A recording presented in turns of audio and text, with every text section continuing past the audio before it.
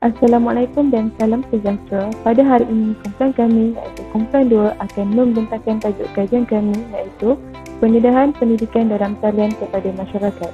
Oleh itu, tanpa membuang masa, mari kita mulakan dengan abstrak kajian. Tujuan kami melaksanakan kajian ini adalah untuk meninjau tahap keberkesanan pendedahan pendidikan dalam talian kepada masyarakat. Terdapat 3 objektif di dalam kajian ini. Yang pertama adalah untuk mengenal pasti cabaran dalam pendidikan dalam talian dan kalangan pelajar. Seterusnya adalah untuk mengkaji faktor pendidikan dalam talian yang boleh menjejaskan kesihatan mental pelajar. Dan yang terakhir adalah untuk mengkaji perkara-perkara yang menyebabkan pendidikan dalam talian berkesan. Mengikut kajian dapatan yang diperolehi, terdapat ramai pelajar yang masih mengalami masalah ketika mengikuti sesi pembelajaran dalam talian kerana masalah di sekitaran dan masalah internet. Implikasinya, melalui dapatan kajian yang telah dibuat menunjukkan tahap pembelajaran dalam talian ini haruslah ditambah baik lagi pada masa akan datang dengan membuat penambahan rangkaian internet di kawasan luar bandar dan pedalaman supaya ramai pelajar dapat mengikuti sesi pembelajaran atas talian dengan selesa. Okey, apa itu pendidikan? Pendidikan menurut Dewan Bahasa dan Perbaca adalah merujuk kepada perihal pendidik atau secara umumnya satu proses pengajaran dan pembelajaran kepakaran khusus. Istilah dalam talian pula adalah merujuk kepada istilah bahasa Inggeris iaitu online, bermaksud connected to and under control of a central process. Berdasarkan definisi ini, difahami bahawa dalam talian merupakan satu aktiviti yang melibatkan penyambungan kepada sesuatu sistem bagi alatan teknologi tertentu, seperti komputer. Dan sistem utamanya adalah internet. Pendidikan atas talian pula merujuk kepada istilah online learning yang membawa maksud satu proses pendidikan itu diadakan secara maya menggunakan kecanggihan teknologi zaman sekarang. Pendidikan dalam talian sudah lama dikenalkan di serata dunia bagi dijadikan sebagai pendidikan alternatif kepada pendidikan formal di sekolah. Namun, semasa zaman penyebaran COVID-19, keseluruhan pendidikan dunia telah ditukarkan kepada pendidikan dalam talian sepenuhnya, tidak terkecuali Malaysia. Seterusnya, penyataan masalah bagi kajian ini. Untuk membendung penularan wabak COVID-19, kaedah pembelajaran dalam talian digunakan oleh kebanyakan universiti awam maupun swasta agar pembelajaran dapat diteruskan dan disampaikan dengan sebaik mungkin. Platform-platform seperti Google Meet, Microsoft Teams, Zoom, WhatsApp, Telegram dan lain-lain digunakan sebagai medium bagi interaksi antara pengajar dan pelajar untuk berinteraksi. Antara cabaran yang dihadapi oleh pelajar sepanjang pembelajaran atas talian ialah masalah gangguan persekitaran yang telah menyebabkan pelajar kurang fokus semasa mengikuti sesi pembelajaran. Cabaran yang seterusnya, jadual pembelajaran dalam talian yang padat dan masalah tugasan terlampau banyak yang diberikan kepada pelajar yang boleh menjejaskan mental pelajar sepanjang mengikuti sesi pembelajaran dalam talian. Antara masalah yang dihadapi semasa menjalankan kajian ialah dapat kesukaran dalam mendapatkan kerjasama para responden untuk mengutip data bagi sesi soal selidik. Namun, masalah ini dapat diselesaikan dengan proses toleransi antara ahli kumpulan dan responden. Seterusnya, saya akan menerangkan tentang objektif bagi kajian ini. Terdapat 4 objektif kajian yang akan diperolehi daripada kajian ini. Antaranya yang pertama, untuk meninjau tahap keberkesanan pendedahan pendidikan dalam talian kepada masyarakat. Yang kedua, untuk mengenal pasti cabaran terhadap pendidikan dalam talian dalam kalangan pelajar. Yang ketiga, untuk mengkaji faktor pendidikan dalam talian yang boleh menjejaskan kesihatan mental pelajar. Dan yang terakhir, yang keempat, untuk mengkaji perkara-perkara yang menyebabkan pendidikan dalam talian menjadi berkesan. Kemudian kita teruskan dengan metodologi kajian ini. Satu kajian kuantitatif telah digunapakai bagi mengkaji pendedahan pendidikan dalam talian terhadap masyarakat. Data telah dikumpul melalui suatu tinjauan di atas talian menggunakan pelantar Google Form. Satu borang soal selidik telah digunakan sebagai instrumentasi kajian ini. Borang soal selidik telah diedarkan bersama-sama borang persetujuan kepada pelajar-pelajar universiti yang sedang menjalani pembelajaran dan pengajian di atas talian, khususnya kepada pelajar Universiti Kebangsaan Malaysia. Borang soal selidik yang digunakan adalah dalam bentuk tertutup.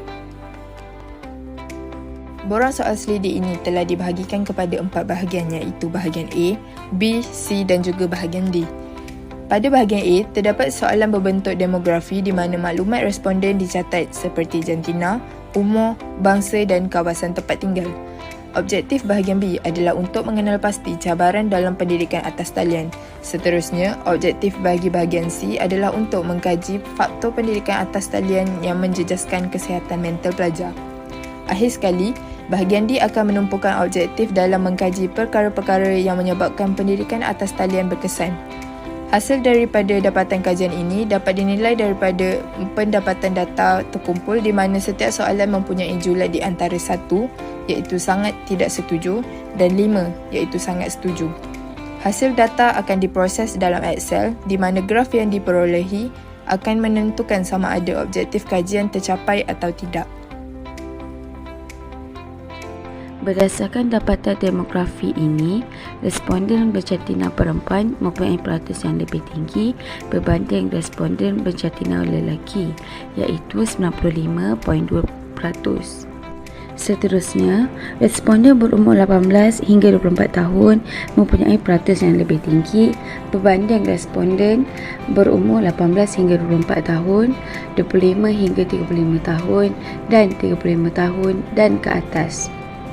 Responden berbangsa Melayu mempunyai peratus tertinggi berbanding responden berbangsa Cina dan India.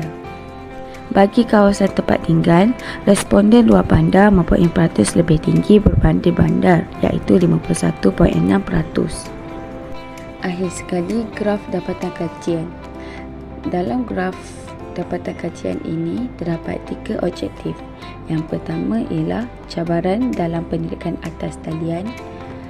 Seterusnya, faktor pendidikan atas talian yang menjejaskan kesihatan mental pelajar, dan akhir sekali perkara-perkara yang menyebabkan pendidikan atas talian berkesan. Antara cabaran dalam pendidikan atas talian ialah mengalami gangguan persekitaran, mengalami masalah internet dan komited untuk menjalani pembelajaran atas talian.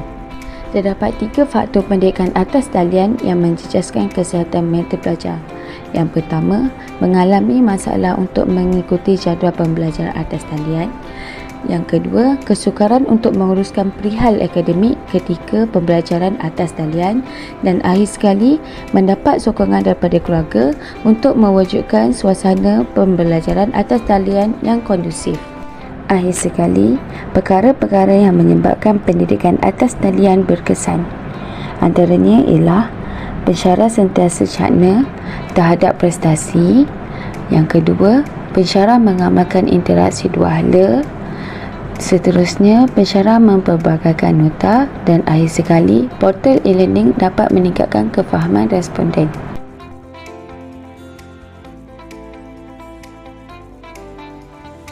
Mengenal pasti cabaran dalam pendidikan atas talian. Berdasarkan carta graf berikut, saya mengalami gangguan persekitaran ketika menjalani pembelajaran atas talian. Seramai 3 orang bersamaan 4.8% sangat tidak setuju, 7 orang bersamaan 11.3% tidak setuju, 21 orang bersamaan 33.9% tidak pasti, 22 orang bersamaan 35.5% setuju, dan 9 orang bersamaan 14.5% sangat setuju. Carta graf yang seterusnya, saya komited untuk menjalani pembelajaran atas talian. Seramai 62 responden, di mana 4 orang bersamaan 6.5% sangat tidak setuju, 9 orang bersamaan 14.5% tidak setuju, 16 orang bersamaan 25.8% tidak pasti, 21 orang bersamaan 33.9% setuju, dan 12 orang bersamaan 19.4% sangat setuju. Melalui kajian ini didapati bahawa responden yang mengalami gangguan persekitaran semasa menjalani pembelajaran atas talian adalah sebanyak 3.4603 min. Akan tetapi, sebanyak 3.4762 min daripada responden yang masih komited untuk menjalani pembelajaran atas talian.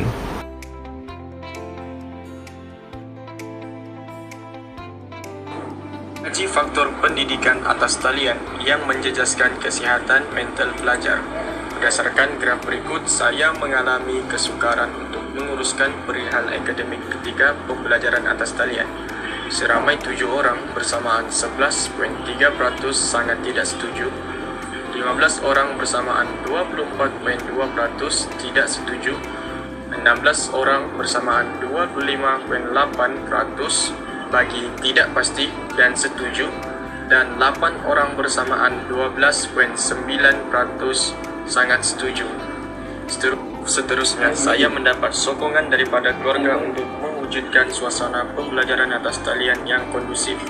Sebanyak 1 orang bersamaan 1.6% sangat tidak setuju, 2 orang bersamaan 3.2% tidak setuju, 16 orang bersamaan 25.8% tidak pasti, 17 orang bersamaan 27.4% setuju, dan 26 bersamaan 41.9% sangat setuju. Melalui carta graf tersebut, sebanyak 4.0635 min daripada responden menunjukkan mereka mendapat sokongan daripada keluarga mereka demi mewujudkan persekitaran belajar yang kondusif. Meskipun sebanyak 3.0794 min responden mempunyai kesukaran dalam menguruskan perihal akademik semasa menjalani pembelajaran atas talian.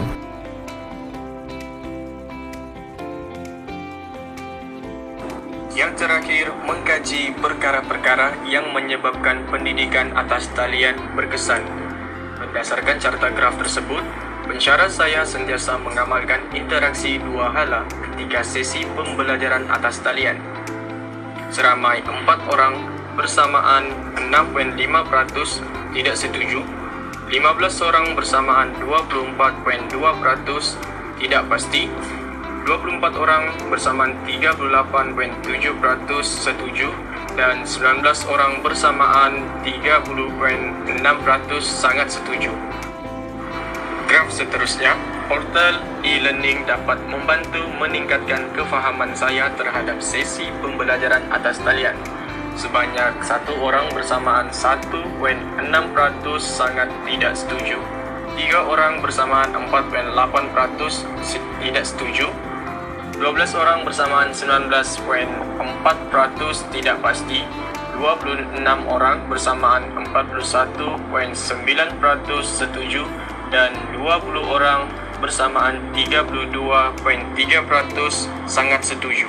Kajian ini dapat disimpulkan bahawa tindakan yang dilaksanakan oleh pensyarah dengan melaksanakan interaksi secara 2 hala dengan min sebanyak 3.9524 dan menggunakan platform e-learning dengan min sebanyak 4.0000 demi meningkatkan kefahaman pelajar, membuktikan keberkesanan pembelajaran atas talian. Terdapat 3 perbincangan kajian. Yang pertama mengenai cabaran pendidikan atas talian dalam kalangan pelajar. Yang kedua, mengkaji faktor pendidikan atas talian yang boleh menjejaskan kesihatan mental pelajar. Dan yang ketiga adalah mengkaji perkara-perkara yang menyebabkan pendidikan atas talian berkesan. Yang pertama adalah mengenal pasti cabaran pendidikan atas talian dalam kalangan pelajar.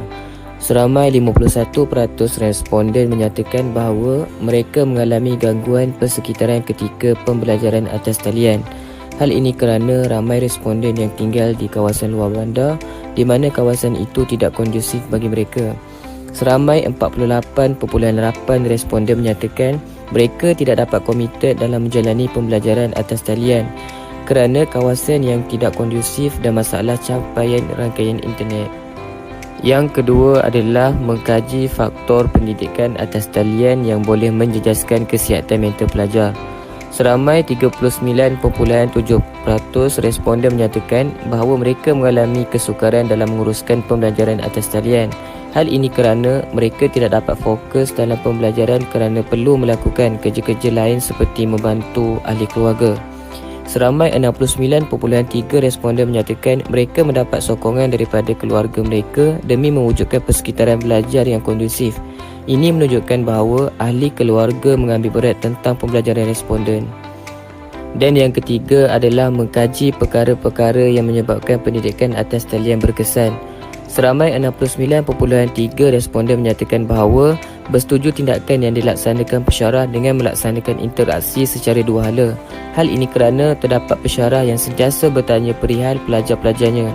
Seramai 73.3 responden menyatakan platform e-learning dapat meningkatkan kefahaman pelajar dalam pembelajaran atas talian. Ini kerana portal e-learning ini mudah diakses dan diperolehi oleh pelajar-pelajar. Kesimpulannya ialah ketiga-tiga objektif di dalam kajian ini tercapai. Yang pertama, kita dapat melihat responden mempunyai masalah dengan persekitaran tetapi masih ada semangat untuk terus komited dengan pelajaran. Ini menunjukkan bahawa responden walaupun mempunyai masalah tetap berjuang untuk menuntut ilmu. Yang kedua, walaupun responden menunjukkan mereka mendapat sokongan daripada keluarga mereka demi mewujudkan persekitaran belajar yang kondusif tetapi masih mempunyai kesukaran dalam menguruskan perihal akademik semasa menjalani pembelajaran atas talian. Yang ketiga, pensyarah melaksanakan interaksi secara dua hala walaupun tidak melihat muka pelajar dan penggunaan e-learning meningkatkan kefahaman pelajar membuktikan keberkesanan pembelajaran atas talian. Pembuktian ini menunjukkan pensyarah mempunyai semangat daya yang tinggi untuk memberi ilmu kepada responden walaupun dengan cabaran COVID-19 dan wujudnya sudut positif pembelajaran atas talian. Sekian, terima kasih.